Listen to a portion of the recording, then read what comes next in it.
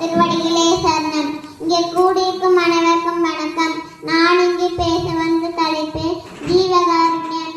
ஜீவனை சிவமாக்குவது ஜீவகாருண்யம்.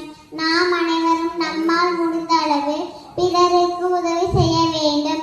பிறருக்கு நாம் செய்யும் உதவியே கடவுளுக்கு நாம் செய்யும் உதவியாகும்.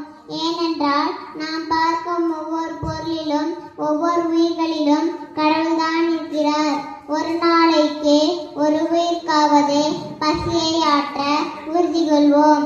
தன்னுயிர் போலவே மண்ணுயிரை நினைப்போம் என்று கூறி விடைபெறுகிறேன். நன்றி, வணக்கம்.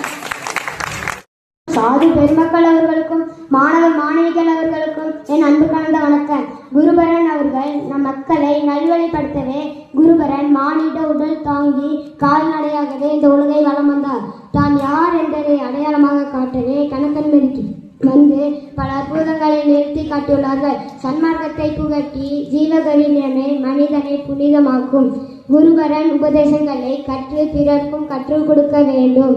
குருபரன் கொள்கைகளை தவறாமல் கடைபிடித்து வந்தால் குருபரன் நம்மை நல்ல வழியில் நம்மை சேர்த்து விடுவார்கள். குருவாக்கை மனதில் வைத்து ஆழ்ந்திருப்பதுவே உபதேசம் என்று கூறி விடைபெறுகிறேன். நன்றி, வணக்கம்.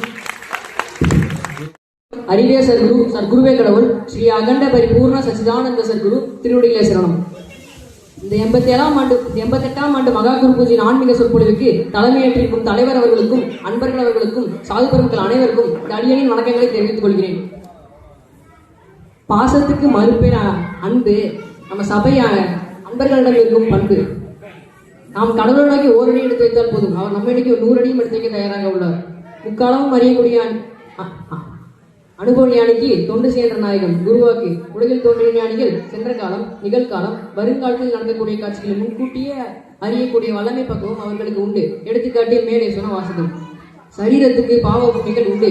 சரீரத்துக்கு சாட்சி சுலபமாக இருந்து எதிலையும் சம்பந்தப்படாமல் உள்ளே என்று பார்த்து கொண்டிருப்பதால் அந்த ஜீவாத்மாவுக்கு பாவ புண்ணிகள் கிடையாது. சரீரம் செய்த பாவ புண்ணிகள் ஏற்ப அந்த ஜீவாத்மா பழையபடி சரீரம் எடுத்து தன்னை உணரும் வரை அந்த சரீரத்தோடு இருக்கும் சுகதுக்கங்களை அந்த ஜீவாத்மா சேர்ந்து ஒத்துழைக்கிறது. அதாவது உடலை புணர்ந்தவன் உயிரை புணர்வான், உயிரை புணர்ந்தவன் தன்னை புணர்வான், தன்னை புணர்ந்தவன் தலைவன் ஆகிறான். சர்க்குரு பரநாள்கள் சர்க்குரு போஜத்திலே மனித சிருஷ்டி, பிரம்ம சிருஷ்டி, விஷ்ணு சிருஷ்டி, இளரம் தோரம், ஈஸ்வர சிருஷ்டி ஆகிய 5 அத்தியாயங்களை படைத்து வழங்கியுள்ளார்கள். இந்த 5 அத்தியாயங்களை ஓய்ந்தவளை படித்து சபையில் அன்பனை சேர்ந்து ஜீவகாரணிகள் கொண்டு வாழ்ந்தாலே நிலையான மோசத்தை பெறலாம் என்று கூறி என் உரை நிறைவு செய்கிறேன். நன்றி, வணக்கம்.